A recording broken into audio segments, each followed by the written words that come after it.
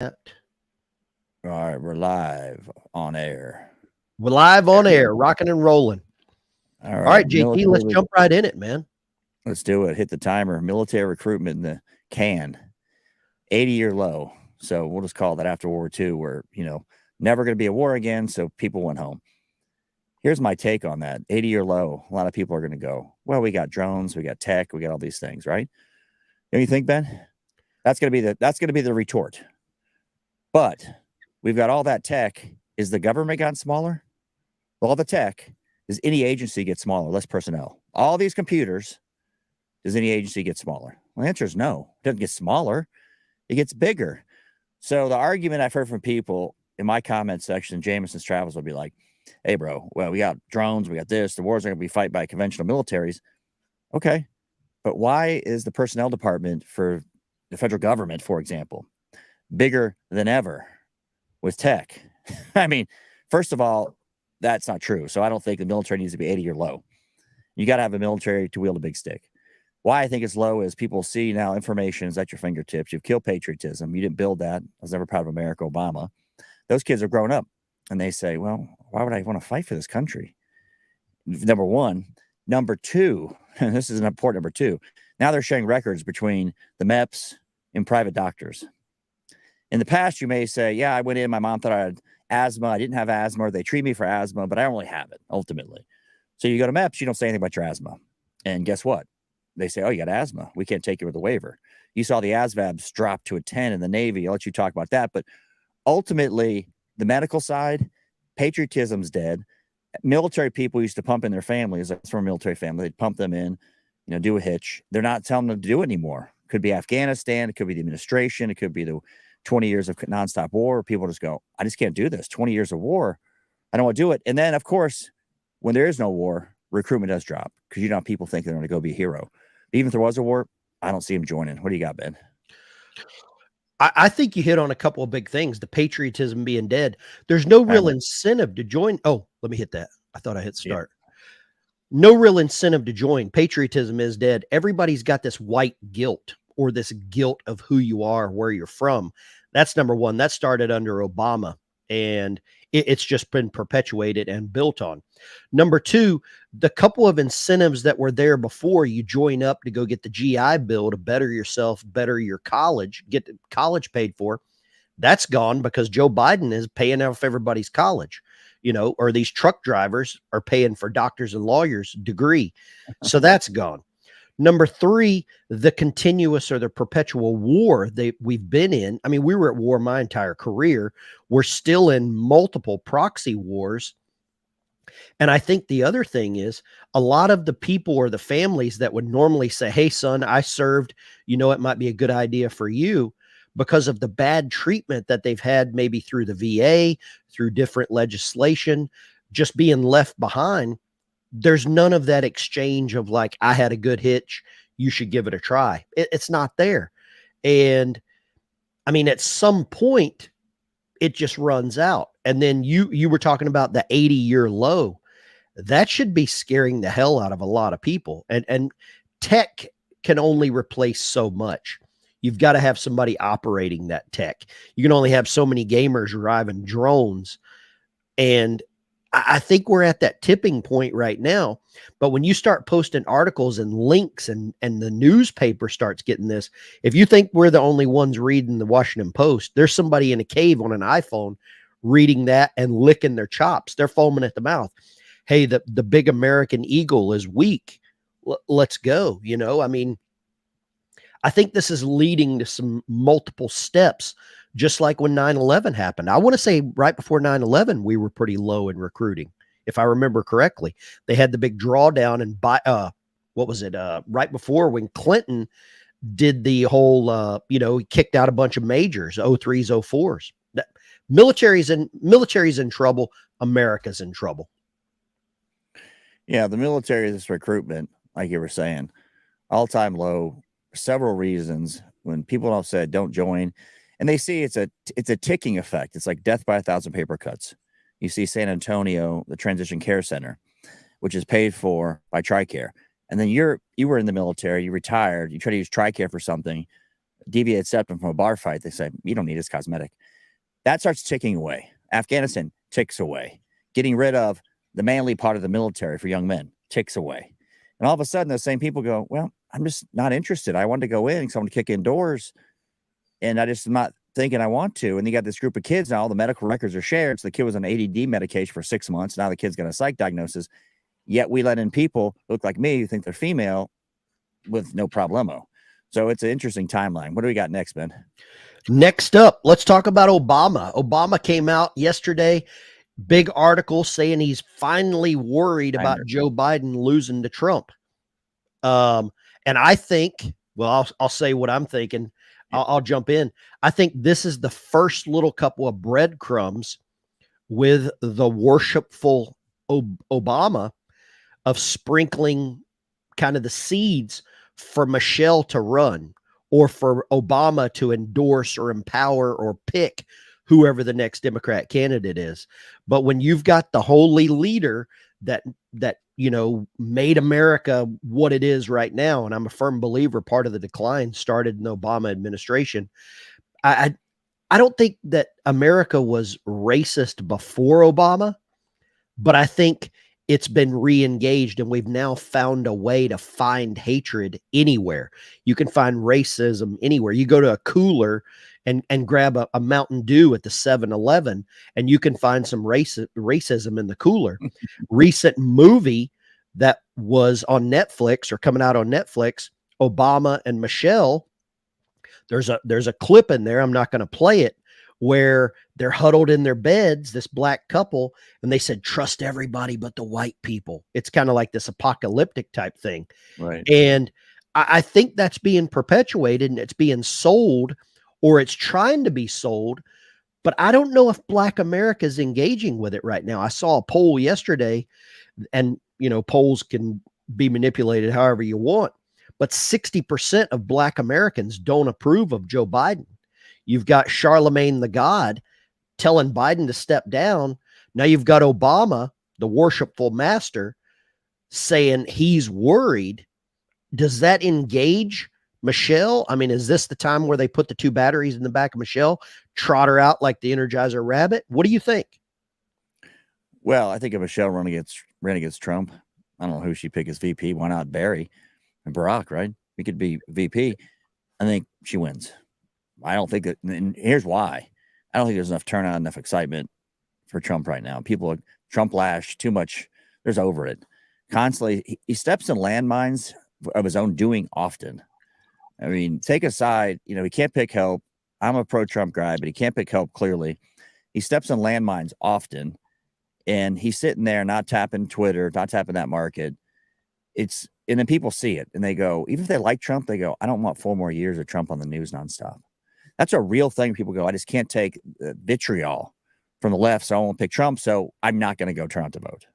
That's the problem. So then you get Barry, or you get Michelle, and you pick Gavin Newsom as a second.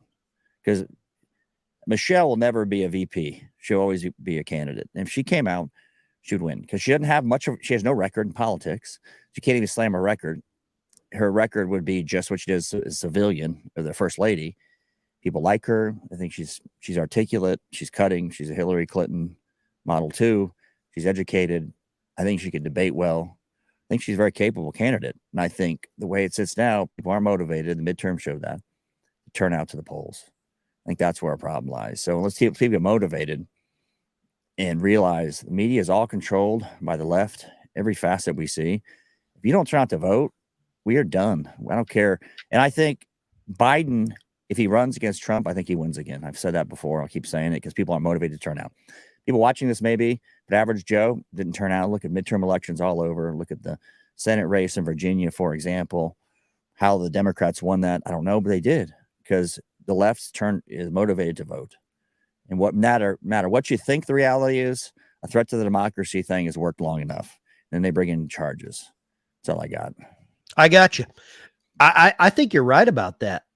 I think enough people are fed up with just the vitriol with Trump. Trump has a level of vitriol. Biden has a level of vitriol. And if you trot out this holier than thou,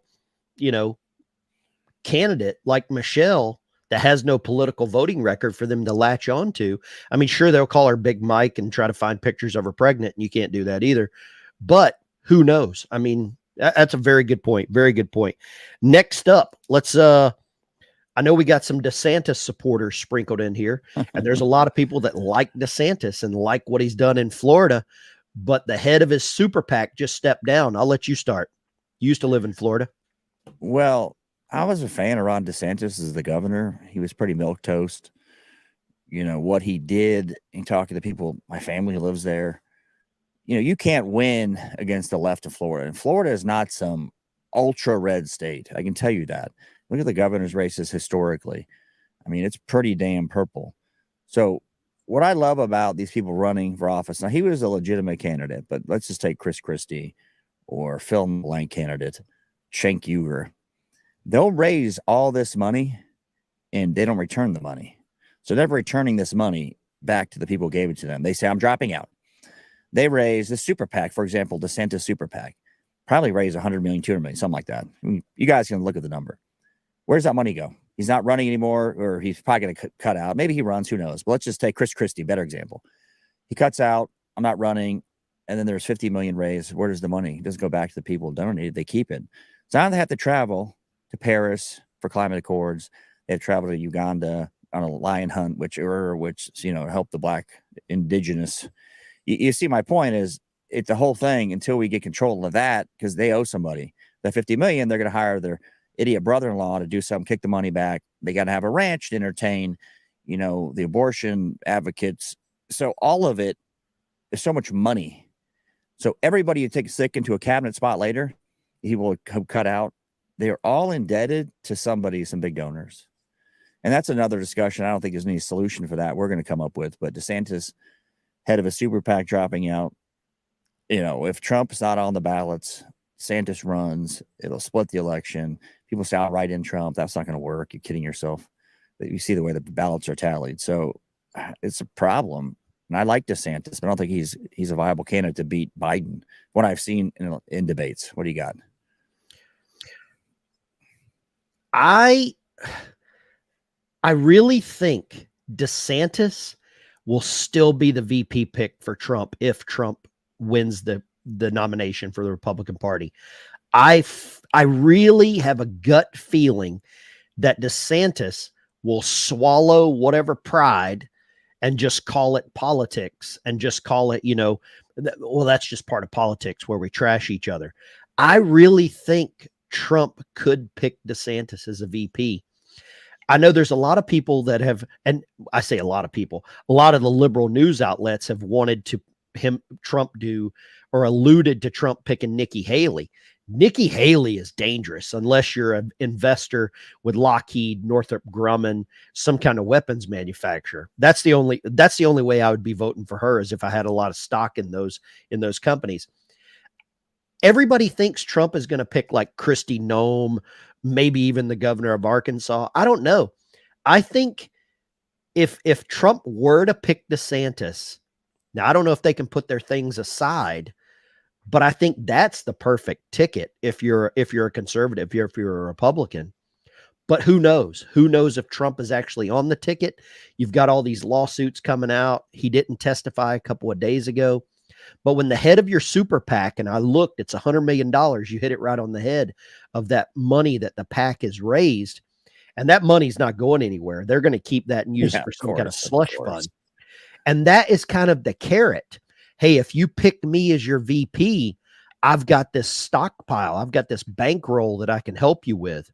So whoever steps out first with the bankroll, they're going to go. The governor of New Hampshire just came out and endorsed Nikki Haley. Does anybody care? Sununu, give me a break. I can't even spell the guy's name right. Nobody cares. New Hampshire's got about 3,400 voters that'll vote in the primary. Everybody else is snowed in. I don't see it going anywhere. But DeSantis' super PAC head stepping down, that is a major signal. Major signal. Next, let's move on to another topic I got for you, Ben. Hit the timer. All right. Let's Mark roll. Zuckerberg. Oh, God. Going Hawaii and then building a big bunker. You know, of course, on the ocean. I think it's what they say is 90 million. It was a huge number, probably more than that. So building a home on the ocean, of course, then building a bunker, which is lower than the sea level. Now, you've had a basement before. You guess you put a sump pump in. But you see that, and you'll still have the same people screaming about the oceans rising. And you see, of course, Barack Obama, a lot of places in Martha's Vineyard and Hawaii, Oprah, The Rock, big fire, Maui, their houses don't burn, shockingly. But the Mark Zuckerberg thing is pretty telling. Now, all these elite want to live forever. That's somewhat their passion, their fetish. That's why they like transhumanism. They think they can live forever and they get scared to death. So now we get this bunker situation, and all of them do it. You just hear about Mark Zuckerberg. So it's such a big project. I'm sure there's a lot of rules for zoning and changing a water flow and things of that sort on an island. It's fascinating, but yet people will still say he'll get up and talk about climate change. He'll build a home. And we're not talking to build a home 4 stories up. We're talking about building a home on sea level. In other words, most places where the home is at sea level and they go to rebuild and they don't keep a certain amount of walls, they have to build it up, right? In Florida, for example, unless they keep 3 walls, they can build the same level. And everybody wants to build the same level. They don't want to build it up on stilts, so below they have a non-conforming space. They want to build it at sea level. Every rich person who buys property. The same people say climate change, or buying something on Anna Maria Island in Florida, they try on the water. It's fascinating to watch, and no one ever brings it up, the leftist lunatics, because they're like, well, why would somebody insure that? I'm sure Mark Zuckerberg self-insures, but, an average person who buys a home on the water, who made some coin, who gets insurance, lives in Palm Beach, they're getting insured. But you'll never get an answer to that. But I find it so intriguing that it just passes on it. What do you think about Zuck and his bunker? Hawaii became really important and really popular very quickly after the Maui fire. And it's kind of strange how popular it's become. It's kind of telling that Oprah owns 2,000 acres in Maui. The Rock and Oprah, that is a match that I would have never picked. But now the Zuck, what does he know? What kind of conversations is he having with elite? When you build a bunker, you're preparing for something. I used to live in a submarine, which is basically a bunker that runs around under the ocean. That is not the ideal environment for living. Your vitamin D levels go down. We had special lights that would supposedly enhance your vitamin D. What does the Zuck know? What kind of conversations has he had? What is he preparing for? I think you hit the nail on the head.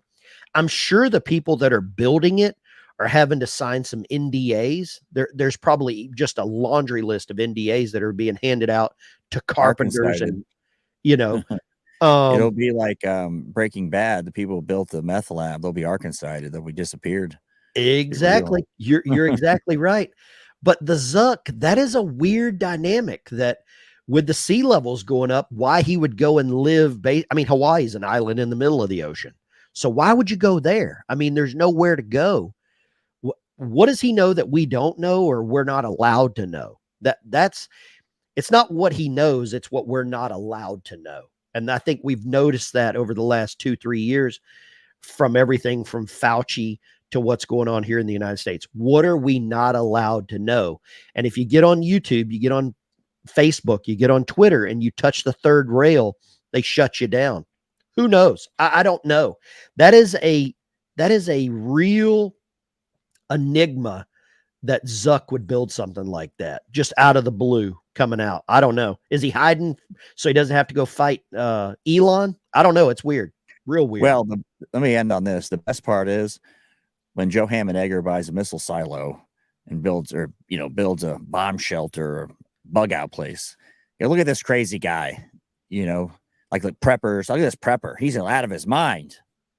Zuck does it, and they're like, oh my God, he's so brave. And that's the media crafting the narrative. If Trump was building a bunker, or let's just take Elon Musk, building a bunker, came up, be nonstop. He's a paranoid conspiracy guy. Zuck does it, and they go, well, this is Zuckerberg. He's a smart guy. He's nice.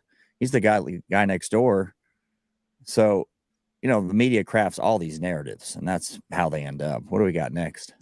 Next up, let's talk about Iran / Houthi rebels and the ships being attacked there in the in the Red Sea. I don't know if anybody's noticed it or not. Probably not, because I checked the headlines on all of the main news stations this morning. Fox, CNN, MSN, DNC. Everything on there is about the Senate backdoor scandal, and we'll get to that. But apparently the USS Carney and another British ship, the HMS Diamond, were attacked today. 15 to 18 drone swarms. And that's something straight out of some Call of Duty video gaming, where they got the swarm of the drones coming in. Nobody's talking about where they're coming from. There's not a lot of like Yemeni NASA engineers in the caves up there in the factories that they've got in the caves. Where are they getting that from? It's easy to see. Obama loved Iran, gave them billions. Joe Biden has enabled Iran by cutting loose, I want to say it was $8 billion that we had frozen assets. Iran is the number one sponsor of the Terries, number one sponsor of the Houthi rebels. There, in my opinion, if you fund someone that does something bad, you know, they can get you for like manslaughter. So has Biden indirectly funded this, or allowed the funding to proceed to draw us into something? There's a lot of shipping companies now that say they're going to avoid going through the canal, which is going to make them go around the Horn of Africa. Shipping times for goods and services are going to take longer because they're just avoiding that, because the Houthi rebels are setting all these merchant ships on fire. What's going to happen? They're attacking NATO members. The Brits and Americans were members of NATO. They're being attacked. Where's all the other NATO members at whenever we're being attacked? Well, don't get me started on that, but let's talk about that. Now, tinfoil hat engaged, everybody. Ben, you could be taking the bait. Think about it. They have a false flag. Basically, somebody's got drones. We blame it on Iran. Next thing you know, Iran's the bad guy. Let's go fight Iran. I mean, they want a war with Iran. They want that. Now, you may think, well, Biden's giving him money. Obama gave him money. But if you look back at Miley, you look back at what's been said that we weren't supposed to hear about, a war with Iran is interesting to these people. Now, why? They don't care about what your cost of fuel will be when it's $30 a gallon. So I don't know the answer. I'm just going out on a limb here, but thinking, okay, they want a war with Iran, clearly. We keep saying we support Israel, which means our adversary is Iran, because they keep telling us Hamas is funded by Iran. Now the Houthi rebels funded by Iran.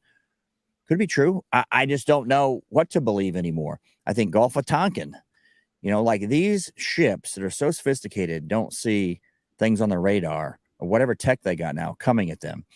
And they don't have, you know, defensive measures just like they would with heat-seeking missiles to take care of some drones. You know, we're not thinking sophisticated drones here, but it seems like it's just drawing us in. Like all the signals are Iran bad. We must go to war with Iran again to protect our pretend ally, which is Israel, because they are not our ally. They lost nobody in the GWAT, 0 people. We're their attack dog. I don't care about the religion of any of these people. I care about I'm not to spend another dime or blood or treasure fighting for them. That is a region you jump into. There's no getting out of it because we're friendly with the Jordanians. Shit, Lebanon was okay before this to a degree compared to 1983. Now we're jumping in headlong where Iran. We just spent 20 years next door to Iran. Are they a problem? Sure. But people play both sides of this to make money. So that's all I got. All right, next up. And the left is melting down about this. And I'm going to let you go first. Yesterday, it was announced that Macron, president or prime minister of France, is planning a meeting with Vladimir Putin, and the left is melting down because they're wanting, or Macron is wanting to negotiate a ceasefire. Tell me why a ceasefire doesn't work, or maybe it does work. Love to know where you start with this one. Well, Macron wanting a ceasefire. We talking about Ukraine? I was dazed here. Yeah, Macron is meeting with Putin to discuss a ceasefire. I thought that's what you were saying, but like, there's so many ceasefires. I don't know why you wouldn't want a ceasefire. I mean, ultimately, where does that end? Because you keep hearing the war hawks are pouring money back into Ukraine. What is the terminal event? Do you think another 100 million, 200 billion, 500 billion, $1 trillion is going to make Ukraine win against Russia? No, the answer is no. The answer is absolutely not. Russia's got China's backing. No. Period. End of story. So what are they going to give up? They're going to give up that, we'll call it the eastern section, where they say those Russian speakers are more like, what are they going to give up? But you think what happened in 2014, Obama just said Russia come in and take Crimea. Nobody cared. You couldn't even say to somebody, what's Crimea? They'd go, I don't know. It's in Ukraine. What happened? How did we get there? So we set that precedent was set. So they're getting something. Now, if the goal is, hey, we want this, and we agree, France says, okay, as a NATO member, we're not going to stick missiles in Poland. But, we've gone back, we've reneged on that. That was kind of the original deal on the Walfo. We won't stick missiles in this area, but does it matter anymore realistically? If we stick them in Germany or Poland, we stick them in France, or we stick them on a ship in the Mediterranean? I mean, real terms, probably not. These missiles can go different than they could 1989. It's a different world, but it becomes a position of strength, proving who's got the more, strength in this relationship. And Russia's not going to give that strength up. It's just optics, totally optics. And our optics were we let them give up Crimea, as in we didn't help Ukraine, but now we're helping Ukraine. Doesn't make any sense to me. What do you got? My big thing is if they discuss a ceasefire, suddenly we don't have a bad guy. We don't have the scary monster in the closet, the monster under the bed. And if you get rid of that monster, where do you send money? Or magically, we don't need to send any more money to Ukraine. So I could see Zelensky coming out now and bashing Macron, saying, hey, avoid this. Don't discuss this. You're negotiating with a Terry. We don't negotiate with Terrys, which we know we do. The United States will negotiate with anyone and will pay anyone whatever they want. We've already established that when we gave, of course, $5 billion for Bo Bergdahl. We'll buy anything. I mean, we are that stupid. We'll buy anything. And I think by removing the scared mentality of Russia, we just cut off funding Ukraine. And that's more important than any number of lives, anything. The funding is the most important thing. And when you get rid of that water leak, things get back to normal. And we can't have normalcy, because the best way to control someone is keep them scared. I think Ronald Reagan said that. Keep people scared. That's the best way to keep them controlled. And we've noticed that over the last few years. First, we had during the 70s, where we were going to have an ice age. The 80s, we had the commies. We had AIDS. You ever talk about AIDS anymore? We don't talk about that in there. In the 90s, 90s was AIDS as well. They really perpetuated that for a long time. 80s was war on drugs. Early 2000s, we had the whole 9/11 thing, and now it's global warming and Russia. Those are the big boogeymen in the room. You get rid of the boogeymen in the room, people aren't scared. They're free thinking, and we can't have people thinking, the way that they want. That's more scary. Free thought's more scary. Next up, let me jump into this one. Yeah. So the game of cornhole, I'll call it, in the Senate hearing room. Oh yeah. I found that fascinating. Not that two dudes were getting it on, but that it's not covered by the media. And then when it was covered, I sent you that article and says, why are we so upset about two people loving each other? We should be celebrating that. I'm like, wow, how can you spin this? Like an Atlantic article, just spinning it. And, think about the White House. We've had Stunning and Braves take their shirt off on the White House lawn. We've had the conquering flag above the U.S. flag. We've had the suitcase stealer, Sam Brinton. We've had Dr. Levine go around and say, hey, we should cut the stones off 8-year-olds. I'm glad I didn't do it because I wanted to have kids, in the same sentence. We've had, nose clams, Colombian snow in the White House. We just can't figure out who did it. More cameras anywhere. I'm sure you've been there. More cameras anywhere in the world. Wow, God. We have no idea who did it. So, and at some point, how much lower or low class can we get before you just go, okay, these people just don't care? And nobody report on that. And the Senate staffer, excuse me, Senate staffer knew there's video cameras in that room. Okay. Video cameras everywhere. He's making his own film, posting it, thinking, what's the big deal? I mean, love is love, right? So you've taken a group of people that once wanted to get married, cower in the corner, to now they are in charge. And this guy will get a job on MSNBC and say this was in love. That's all, just love. And at some point, there's got to be some decorum because they will hold you to that standard. If you individually, you try that in the courthouse with your girlfriend, boyfriend, whatever, you'd be arrested for indecency. I mean, there'd be something. You just wouldn't walk on this. Yeah, we give these people a pass. It's like none of the people in the Senate or the House or the federal government, executive branch, are subject to Obamacare, but you are. You will like it. So it's interesting that people are so either moronic, they're imbeciles, they don't care, they've given up. I think a lot of it, you guys watching, they've given up.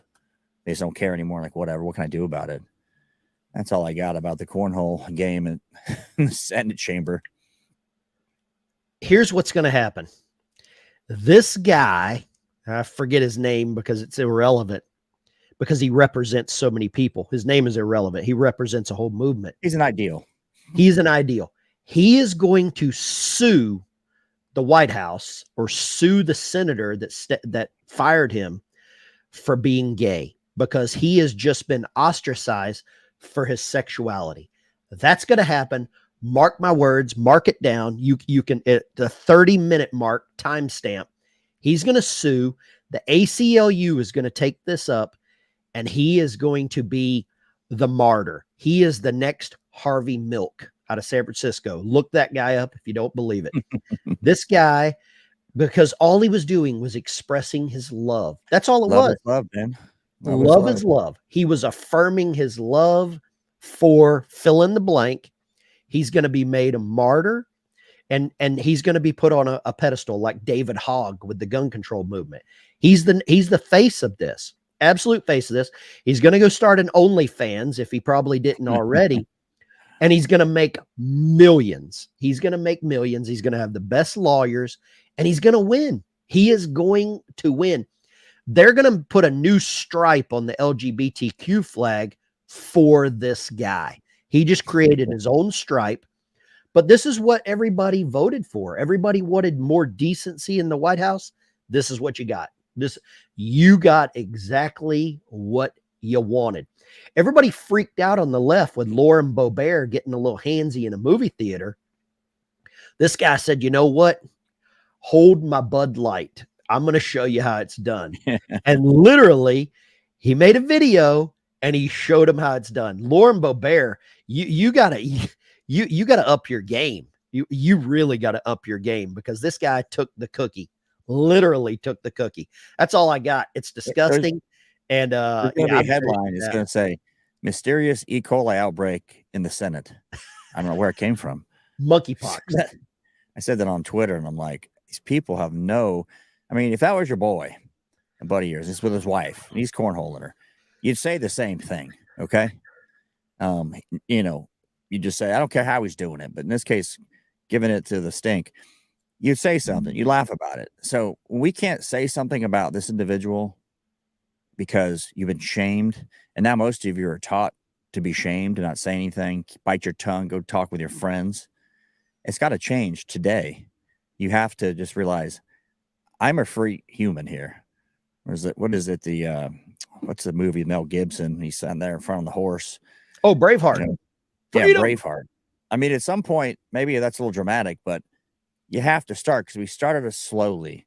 Remember, we didn't say Merry Christmas for a while. That was the thing. It was Happy Holidays. I think it was late 90s. You couldn't say it. I mean, it was nowhere any ads. We came back a little bit, but my friends, they're Jewish, like Merry Christmas. They're like, it's great. Like, no problem. We don't care. And I saw the other day, Kwanzaa, a holiday invented in the 60s. I was at the White House. I'm like, what do we got next? I got a clip here of everybody's favorite Speaker of the House. Let's Democrats, and they stand up. They look like America. We stand up. We look like the most restrictive country club in America.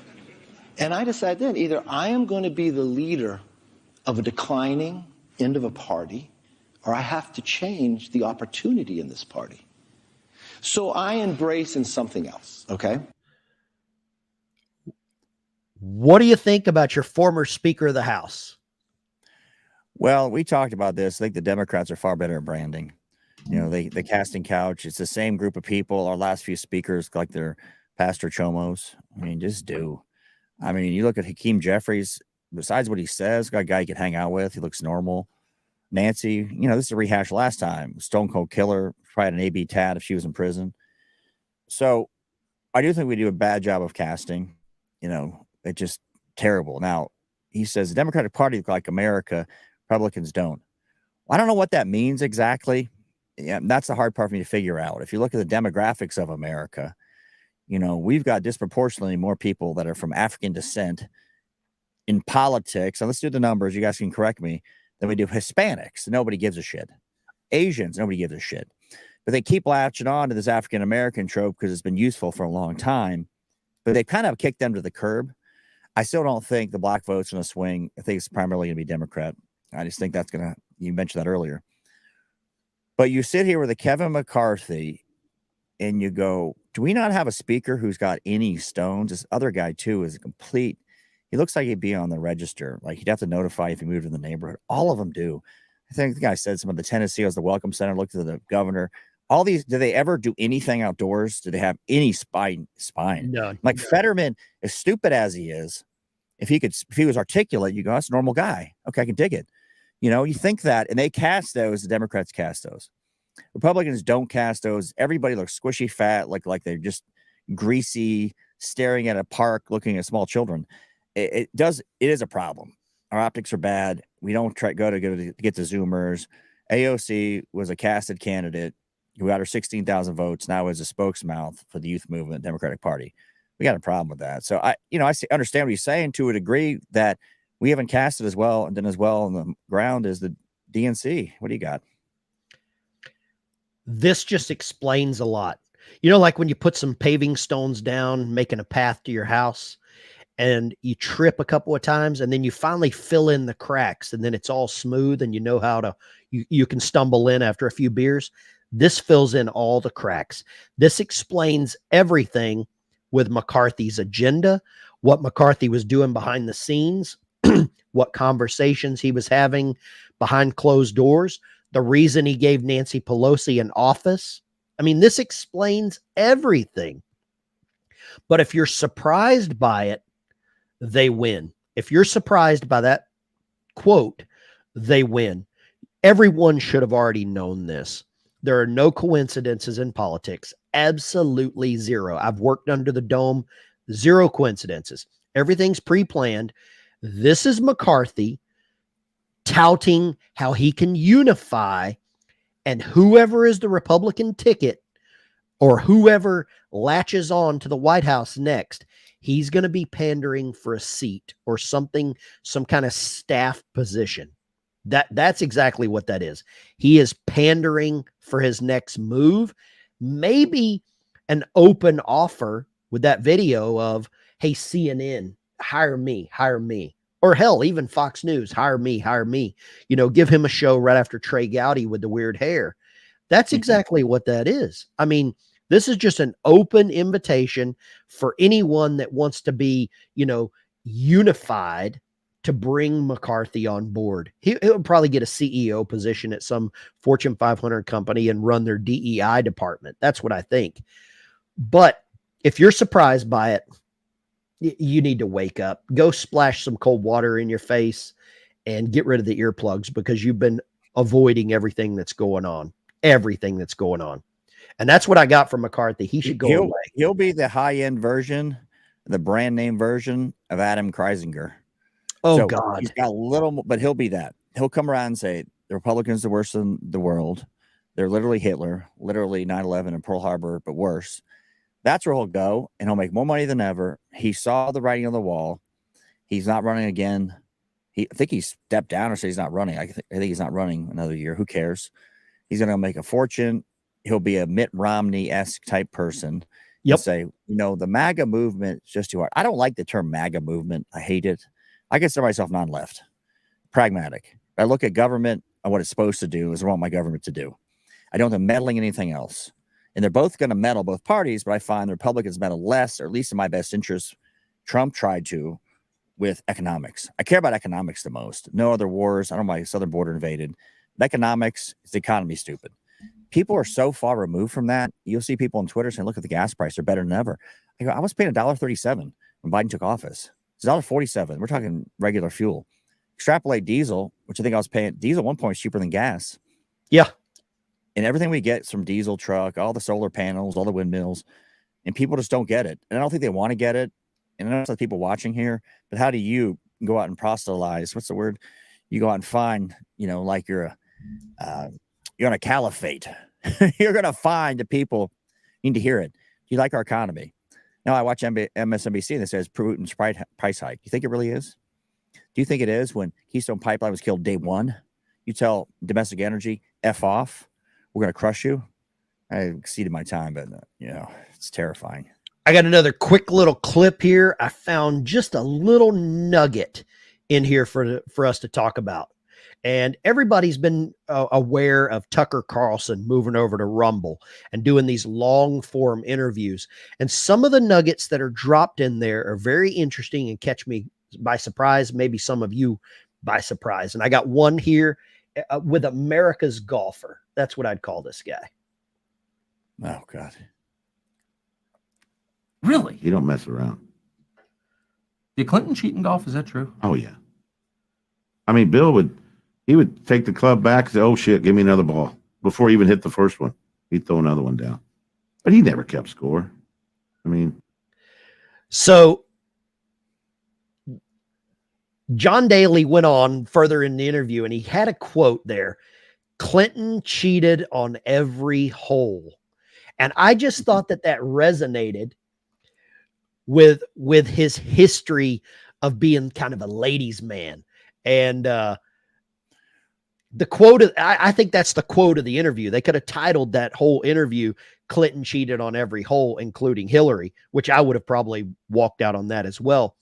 But Tucker is starting to reveal some information through various interviews, and he's got a good spectrum of who he's bringing in. And it's really driving a lot of people crazy. It's driving a lot of people on the left crazy because of the audience he brings.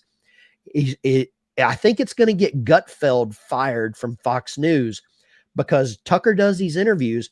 Gutfeld brings it up. He brings up Tucker's name very often on his show. And I think it's going to get him fired. Maybe that's his idea to go work for Tucker.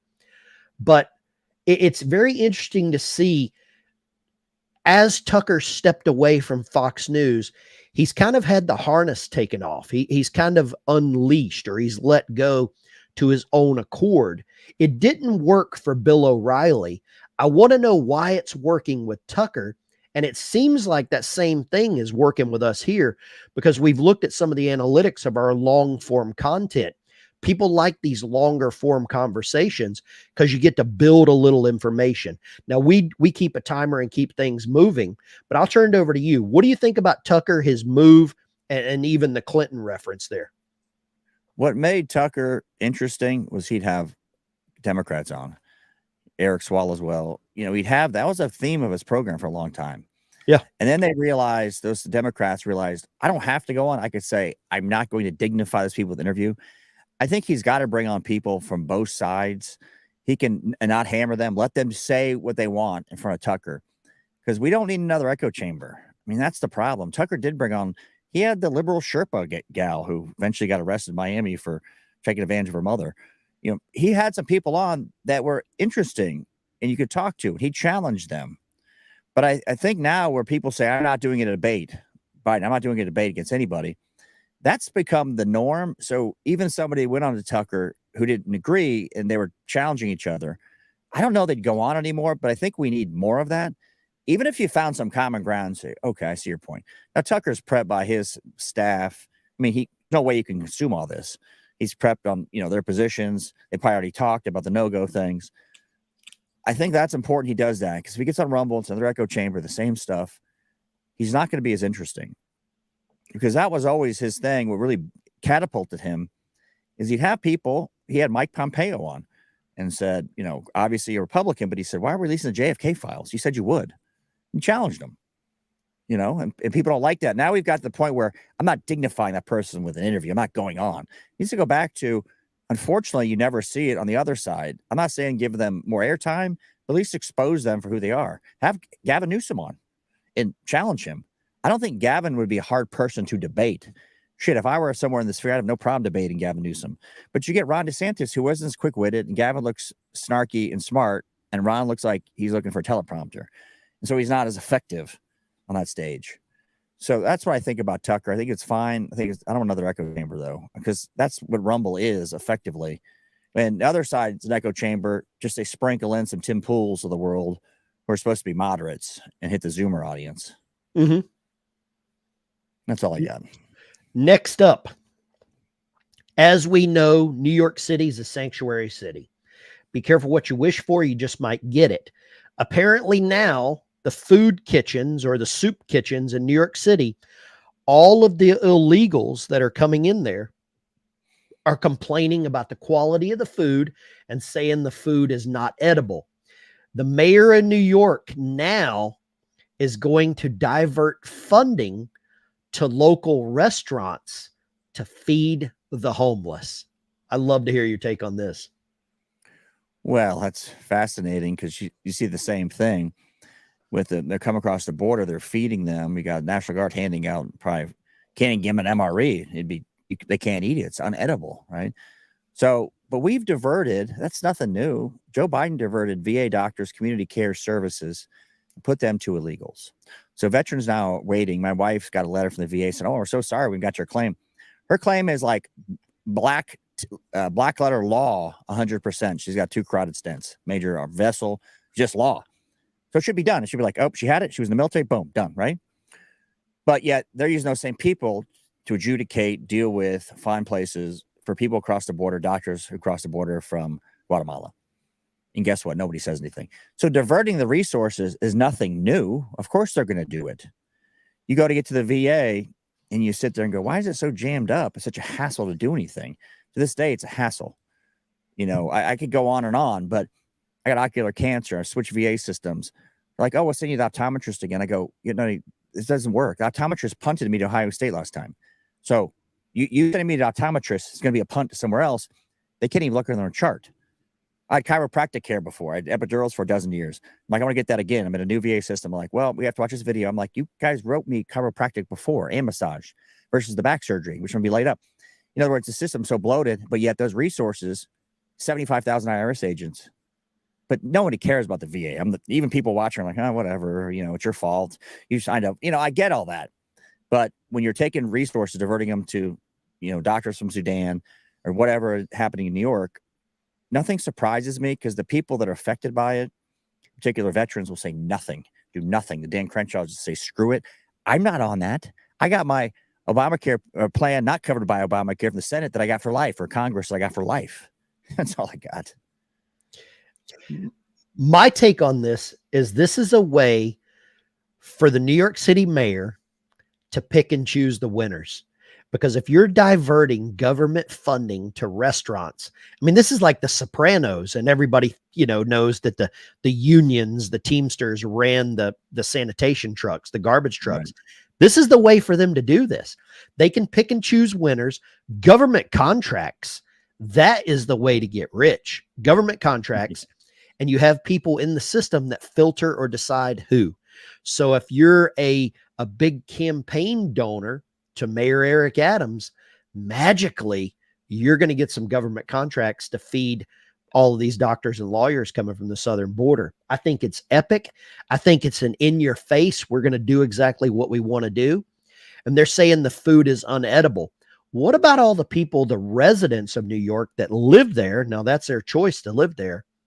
But what about those people that are struggling and can't afford to put food on their table, can't afford to feed their children, pay for their kids' school lunches or whatever? I think it is a giant double bird in the face to all of them. But you know what? They got what they voted for. And that's exactly what's happening. Quote, the chickens have come home to roost, right? To quote the horrible Louis Farrakhan. That's what's happening. And New York, you better gear up or get out. You either assimilate or leave. And I don't think very many people are leaving. All the people that said they were going to leave when Trump was elected, I think they're still here. They're still in their condominiums on the beach, you know. Next up, I got, oh, this will be a good one. Did you get your, oh, hold up. Did you get your ticket to the coloreds only Christmas dinner from the Boston mayor? And that's what she called it, YouTube Trust and Safety. We're not calling it that. No. It's fascinating because her early regrets getting caught. Now, she's so brazen about it. She sends an email. If you're not of color, don't come to this Christmas party or Hanukkah party or Festivus party or Kwanzaa party, whatever they called it. She's so brazen, she doesn't care. And then she comes out and says, oh, then she comes out, has the gall to say it was a mistake. There's layers and layers of bureaucracy there. You're crafting email. It's a holiday party. Okay, what's it about? Holiday party, we're inviting this level of staff. Okay, great. Then you got to add in, okay, if you're not of color, and how do you know the person's not of color? Elizabeth Warren went to Harvard and said, I'm Cherokee. And they said, first Native American on the law review, or as a professor at Harvard. How do you know? And I thought Asians are white adjacent anyway. They're already getting screwed by Harvard. How that worked, I don't know. There should be a federal discrimination case brought against her, and she should be ousted. But there won't be.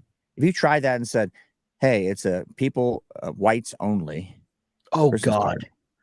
You would be somehow put in jail, right? There'd be somehow you put in jail, and it'd be like the Rudy Giuliani suit. There'd be a judgment for $200 million, a gazillion dollars, quadrillions of dollars like AJ.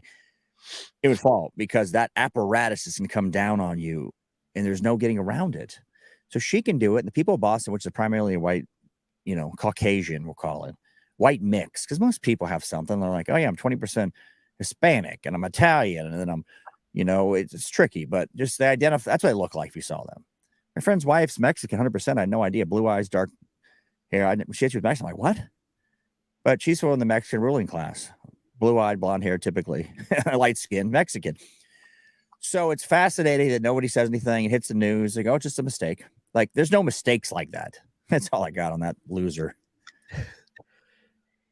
It is such irony and hypocrisy and just in your face, we don't care. But like you said, if you or I said the only people allowed to watch our YouTube channel, you got to be white, Caucasian, male, YouTube would shut us down so fast it wouldn't even be funny. Our face would be on every news station across America.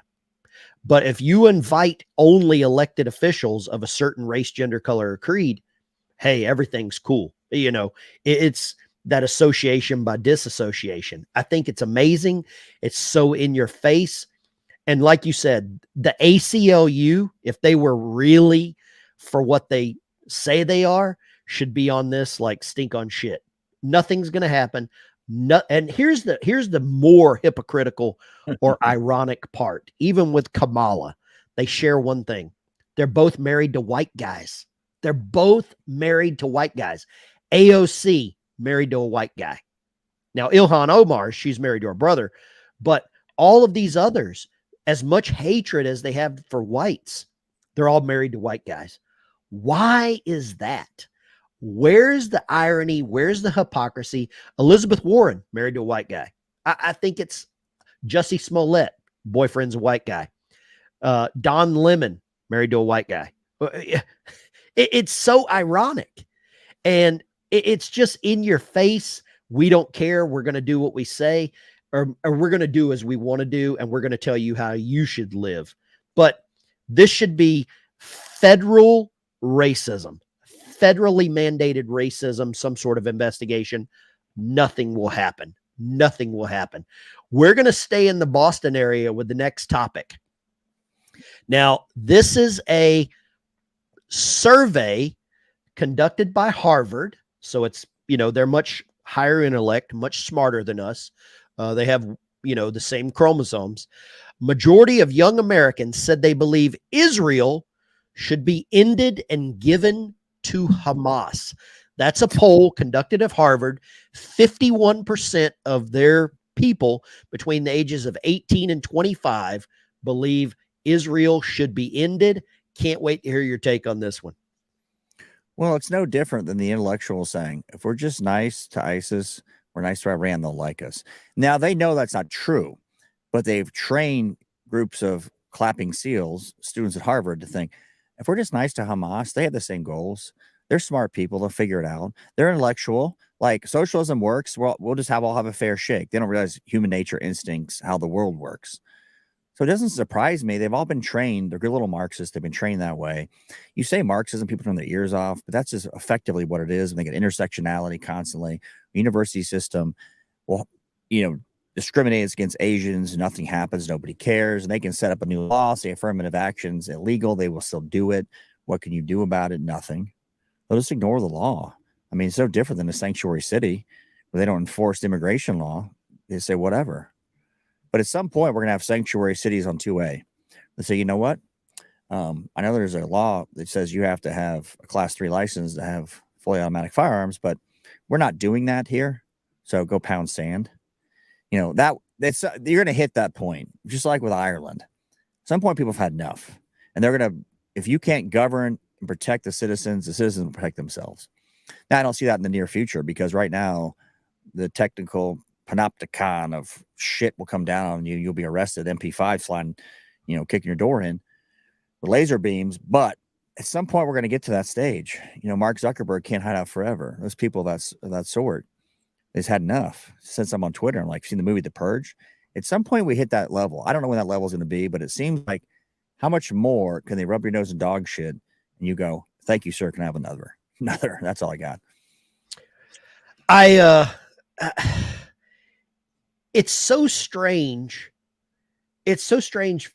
One of these institutions that's supposed to be the highest level of free thinking, this highest level of learning, is so dumb. Is just so dumb and so disconnected from normal people. I want to say a 4-year degree at Harvard cost a little over $300,000 now. And obviously we're all paying that because all those student loans are forgiven. But this higher level of thinking is so disconnected. And there's Uncle Ted that's in the maximum security prison out in Colorado. He didn't do it the right way, but he had probably what a lot of people would think the right targets, because he was going after these higher levels of learning because he saw and predicted what was going on 35 years ago. He was talking about the over socialization of America before MySpace was even a thing.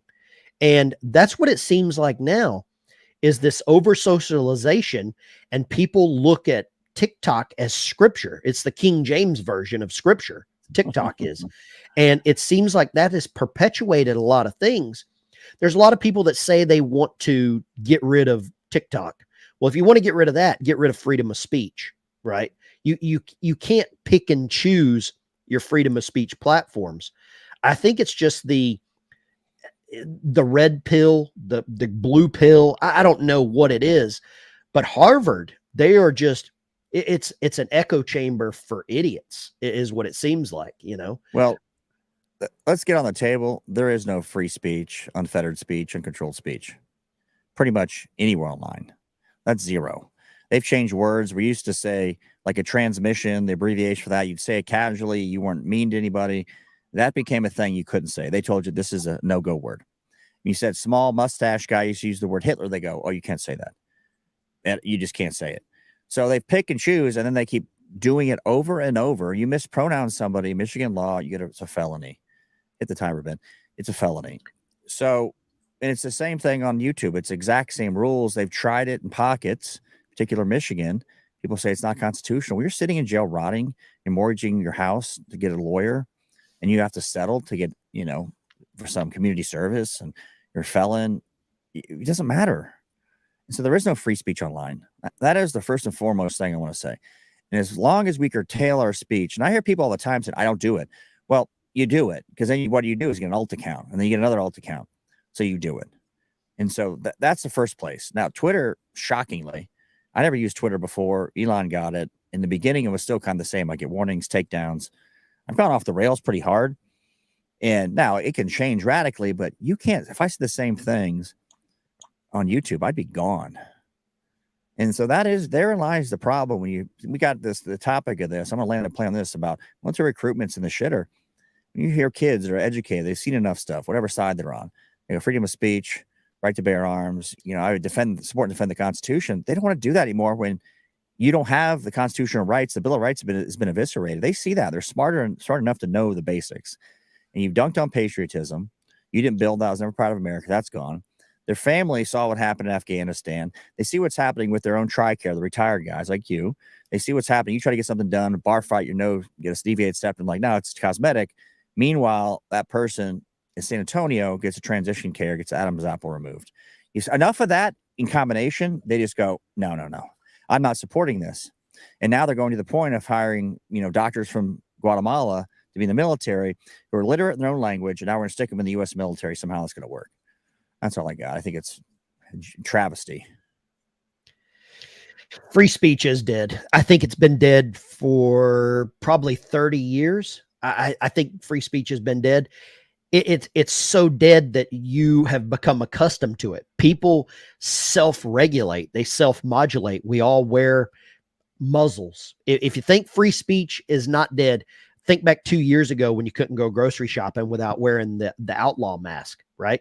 I mean, that is a form or an expression of free speech. But now there's these various platforms with all these different regulations. You can't say trigger words. You can't do this. There's people in America that can burn American flags and they're praised. You burn the rainbow flag, hate crime, gone. You are gone. Yeah. You'll lose your job. They'll take your house. You're toast. Complete toast. I don't know about burning the trans flag. I don't know what kind of, thunder from Zeus would rain down on you with that one, but it would end you. It would end everything about you. Free speech is not free. It is given to you. You're given a couple little opportunities. That's all it is. But there's a lot of people that are migrating off of various platforms. And I think that's why everyone, or not everyone, certain sectors hate Elon Musk, because Twitter used to be a safe haven and it's not a safe haven anymore because people like you and me can have a voice on Twitter. And before, under Jack Dorsey, Twitter was only for certain types of thought. And by Elon opening it up, now he's a business guy, no matter what you think, by them opening it up, it's kind of the Wild West. And here's what I think is really funny. For all the people that attack Elon, I hope you know you're attacking an African American because he's from Africa and he's American. If you phrase it that Elon's African American, he's untouchable. He's got a force field, absolute force field. Kind of. Tim Tebow is Filipino. Yeah, but he's not Filipino because where he's born. I mean, here's the thing. Twitter, you can type whatever you want, but the CEO has said it's free speech, but not mean speech or something. Bottom line, you can type it, but your tweets go into the ether. You might as well just go out and yell at the clouds because they're not getting the people that even subscribe to you. So that's where they put it. So they're not banning people. They go, I'm banned off here. They think they're doing something, but you look at the engagement, just like YouTube. Once you've been demonetized, your engagement goes down. The people even subscribe to you. They say, no, you can't reach those. You definitely can't reach new people. So they don't kick, we're not kicking people off, but we're not going to show your stuff to anybody. So what's the difference? There is no difference. I prefer when they just kick people off and versus you yelling into the ether and nothing's happening. Like I see some of these people who have these viral tweets and I'm like, what is this? It's not good, but they're picked and choose because they're driving a side, whether it's particular the Gaza and the Israel topics. And they're both just spouting off and I see it and I go, okay, these people have been picked to their stuff's soft enough. So when you get into the free speech zone, there is no free speech. Let's start there. And as more you comply, and the problem is, let me end on this. The problem is, you said something, you offended somebody online. Now you're doxxed. Now they report to your employer. Your employer gets pushed back from fill in the blank organization, just like AJ got when they took his sponsors down, right? That D-bag who was coming and he confronted, he got kicked off of Twitter. Don't remember his name, from the Daily Beast or something. They take that same tactic and you work in Wise County, Virginia, and you've got a middle management job doing road work. They push that hard enough, push it to Richmond, and all of a sudden you're fired from your job. What'd I say? Well, you said women are women and men are men. No such thing as a female penis. You're gone. So that's the way to do it. Like, we didn't do anything. We didn't silence your speech on this app, but the pushback as long as the employers say, we can't do this, or you're scared to do it. I had people on local say, you know, I got this new job. It's a really good job. I'm still scared to say anything, even here. I said, if you're not using an alt account or an alt name, you're insane. So ultimately, I think that's where it goes. But I think free speech is long since dead, and it's getting worse. And the media is all controlled by leftist lunatics. That's all I got. I got two other topics, and then we'll shut the door on this for a Sunday morning. First up, you sent me a thing the other day, and we started the video off with military recruiting. You sent me an image or a link to this Navy recruiter's TikTok account. I went there. She is praising and selling the Navy for dumb people, because she's bragging multiple videos about the entry score for ASVAB is a 10. A 10 is basically you haven't developed the ability or the knowledge that you can breathe through your nose. Those are mouth breathers. 10 and below are mouth breathers. At 10, you kind of engage your septum and start breathing through your nose. And she's praising this. The military recruiting is dead, but the military recruiting that they're targeting are only a couple of cells at more advanced than these single cell organisms. Right. And for those of you that don't know what an ASVAB is, it's basically just kind of an occupational test to find an aptitude test to find what you're good at. A 10, I think you get like 4 points for spelling your own name right. So the quality that we're getting is not even, I think if we get all the doctors and lawyers from the southern border, they could raise the ADVAB score requirements, is what I think. But it was very disturbing to see the U.S. Navy. This recruiter is in uniform, name tag, ribbons, rank, selling the Navy on TikTok, a Chinese-owned platform, to people with a 10 ASVAB score. I'll close my reply on that and yield to you. You're a Marine, much higher than a 10. Well, I would say rocks are useful. I don't know if you ever called that. Rocks are useful in many platoons. They can follow directions. I need you to go this way. I need you to do this. I don't need anybody who's Aristotle. But if you can't follow directions in sequence or look at a map or manage a compass, you know, what do they do now? I don't know. But do land nav. Land nav, you got to pay attention. You got to do a few things, right? If you can't do that, there's a problem. I don't need you to be smart. I need you to follow directions and repeat things. If you've seen it 50 times, you can repeat that thing. So I don't know where the 10 on the ASVAB score goes, but again, there could be an outstanding cook who's a good cook. He can, now again, you have to follow directions. Here's how you cook this stuff. I don't know what a 10 means, but it's a problem when you're dropping that low. I mean, I'm sure there's plenty of jobs in all the armed forces that are basically could be done by, you know, the guy who's at Walmart, welcome to Walmart, who's got Down syndrome. Those jobs could be done by that person. So I don't think that's crazy talk, but they'll be jammed into positions they shouldn't be. You're going to say, well, we're going to make the aviation ordnance guys now have a 15. You're like, whoa, hold on a second. You got to put the bombs on the planes, right? And you got to follow directions how you do this thing. It's a real issue when you're going to the bottom of the barrel. Congress is saying, hey, let's take some people that aren't citizens, bring them into the military. Most of them are literate in their own language, and they can't read English or write English. So then what do you do with them? You know, people say, well, the French Foreign Legion, well, they got stringent standards, and they do a basic, you know, are you articulate or smart enough to add and subtract, spatial relations? You know, you can't be a complete moron. You can't be deemed like mentally retarded. You got above a 75 IQ. That's the French Foreign Legion. And we're trying, it's never going to work. I mean, we don't have the same. The French Foreign Legion doesn't play. We've got a group of people that won't work. I think it's a problem. I think it's going to get worse before it gets better. I don't know if you can ever build back patriotism. You've stolen it. And this generation now hates it, and they see what the government does, and they lose sight of the big picture of the military. Most people aren't going to employment. They're tools of the policy. Most people are more likely to die in a DUI car crash. But Let me ask you this. By killing the economy, do more people look towards the military because it's a steady source of income? I mean, what do you think? Because I've always heard that, and I've noticed it, when the economy is crap, the two things that always go up when the economy goes up, people start doing marathons because they can't afford gym memberships. And then more people join the military because, you know, there's no civilian employment. Do you correlate those with the economy going I bad? used to correlate it, but now there's so many benefits in these states where I don't know that's the case. I mean, the housing, the health insurance, they don't want to go to college anyway. I think some people that have get up and go will say, yeah, I should join the military, get a decent job. I want to be a diesel mechanic. I'm a shade tree guy. They're going to teach me how to do it for 6 months. That'd be a good thing. There'll be those solid people to have a plan. Like, I want to get my mechanic. I'm going to fix planes, fix plane engines. Yeah, I think those people will. But I think there's a lot of jobs, like random open contract dude who becomes 0311. I don't see them wanting to join. They're not going to want that job. They're like, it sucks. I'm sitting around here at 29 Palms. I don't see the point of this.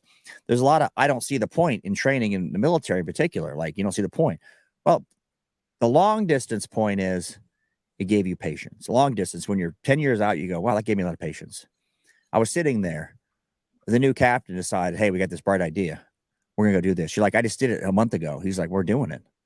You go sit in some exercise in July and 29 Palms. That gives you perspective. You can look back and go, I saw my squad leader, my platoon sergeant, was calm, didn't flinch. You can use that in your life. But they don't do that anymore. Now it's just like, I don't want to go fight for a Zionist government. I'm like, you're probably not going to do anything. Most of it's going to be you get perspective. It would take you a decade to get. You get it very quickly. Used to be, at least in the Marine Corps, used to be you were shunned if you're on light duty. You never want to be light duty because you were basically kicked out of the platoon. You were mocked.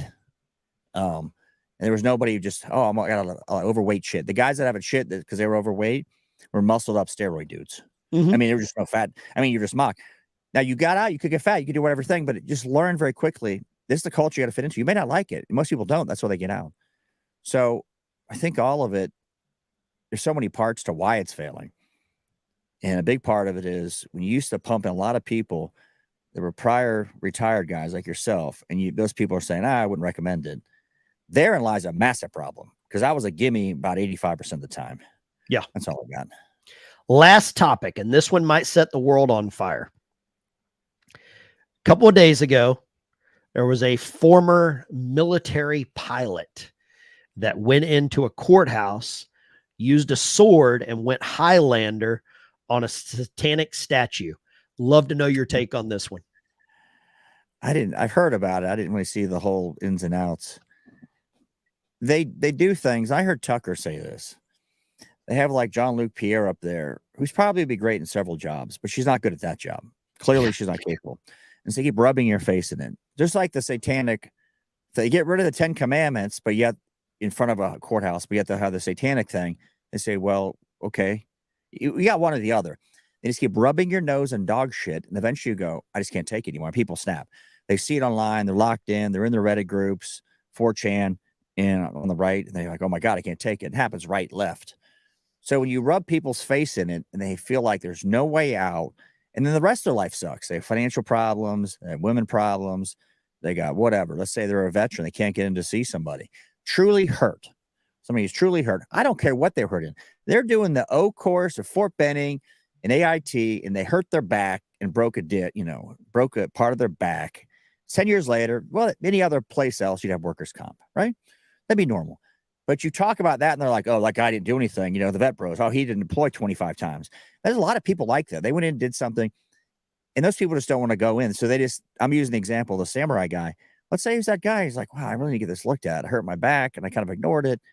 Can't get in. And we'll see you in, mental health. We'll see you in 3 months. Well, if you need a mental health consult, maybe 3 months is too long. Maybe take 75,000 of those IRS agents and say, hey, here's how you do mental health screening. Here's the checklist you read, dumbass. And if they got any real problems, we should get them in. Here's the meds. I mean, you don't need to be a mental health expert to go through a checklist. But there lies the problems. You got guys who just had enough. It's like the Falling Down, the movie. Yeah. Oh yeah. Couldn't take it anymore. And that's what they're pushing us towards. They want that. They want a guy that was a veteran to freak out. And they go, well, it's free speech. Well, you took the 10 commandments down. That's all I got. I think it was a trap. I think it was a complete trap and a well-laid trap because they knew by putting this out in public so brazenly that somebody was going to take the bait. Now, they couldn't have picked the perfect person better. White, conservative, Christian, veteran. Those tick all the boxes to start latching down on other people. And by him doing this, it is going to reflect and ripple on so many other people, because I'm white, conservative, Christian, veteran. Now, are the FBI going to monitor my purchases, me buying a samurai sword now? Of course. Who knows, right? 147 Republicans just voted to allow them to snoop on you without a warrant. So it opened the door. The guy took the bait. It was a well-laid trap. And that's what I think. It's sad. It's pitiful. We knew it was going to happen. But why couldn't it have been like a 78-year-old black guy from Chicago? Like, why didn't he did do 20 years in the army, solid dude who just had enough? Yeah. And flip that. If it was a 10 Commandments and it was inside the courthouse and they had a leftist lunatic do it, that was ABC, they'd be, look at the hero. They'd be St. Floyd. Yeah. Yeah. So the crafting of the narrative, I said this before, I keep saying it, but we know they do it. So you have to get out on the ground and get your neighbor to say, it's the economy, stupid. You like being invaded the southern border. Those two things. I don't like when they change definitions of things, where they say a 30-week-old baby is not a baby, because I can see it. I've had 2 children and I can see the ultrasound. Because you know what got me on that? I didn't care before. I'm like, if you're that person who wants to get rid of it, you should get rid of it. I don't want to pay for it. That's how I always felt, right? What got me on that is the cough. When they say schmaxine is not the same thing, change the definition. 100% safe and effective. I'm like, 4 out of 5 doctors say, 4 out of 5 dentists, there's always been that pitch, because no 100% of anybody could agree in that short of a time frame. So then I got really picky about definitions. So I started looking at every trigger topic to prove a point. Now, if you just say 30 weeks, I want to whack it because it's in my body. Okay, that I respect you more. Don't tell me it's a clump of cells. Don't tell me it's a safe and effective when it's never been tested on anything before, when you can't even see the testing. So the definitions are important, and you got to press them. And if you guys are watching, I appreciate all you guys. Go out and start your own YouTube channels, connect with people in your own groups. If you hate it, that's what we have to do, because these people in the middle aren't going to vote. They're going to vote D. They always do. The centrists, you hear that often. Like we saw Jeremy at the quarter and get all bitter about the surrogacy thing. He says nothing about cutting the testicles off 8-year-olds. Says nothing about giving hormones Won't touch it to 14-year-olds. So now people have their specific thing. Maybe there's a surrogacy issue in his life. Maybe his wife doesn't have kids. His wife had to be a surrogate. It didn't work. Need a surrogate, didn't work. Probably, right? That's usually how it works. You got something personal that affects you. But those people, and I'm not picking on him, but I hear those people often that come around and they come around and they have no positions. And unfortunately, it's a binary. You're either choosing Joe Biden or somebody else. And I always vote against the candidate. So I'm not voting for Joe Biden. I don't care if it's DeSantis. Not voting. Now, we got to get people motivated to come out and vote. That's all I got. Guys, I really appreciate everybody tuning in. I'm going to put this up. I'll add some chapters so that you can go back and watch everything. And we'll get it loaded. We try to do one of these a week, where we asked a lot of people if they like the short form or the long form content. It seems like long form content's where it's at. Feel free to hit the bell notification. That's the most important thing, so you're aware when new content comes out. And last thing I want to say, words are dangerous. That's what got Alex Jones off of Twitter. Words are dangerous. The one person that I think Elon needs to find, and I don't know where he's hiding at, but if you want to trigger somebody, where is Milo Yiannopoulos at right now? Where is Milo? And I'd love to know, JT, if Milo's living in Virginia working cows for you, get him back on with an alt account, because Milo would be perfect right now. I think we lost JT. No big deal. We're going to get out of here. Veteran Bikers out. You take care. We will see you on the next Pogey Bait video. Take care. Hey, Ben. Yo.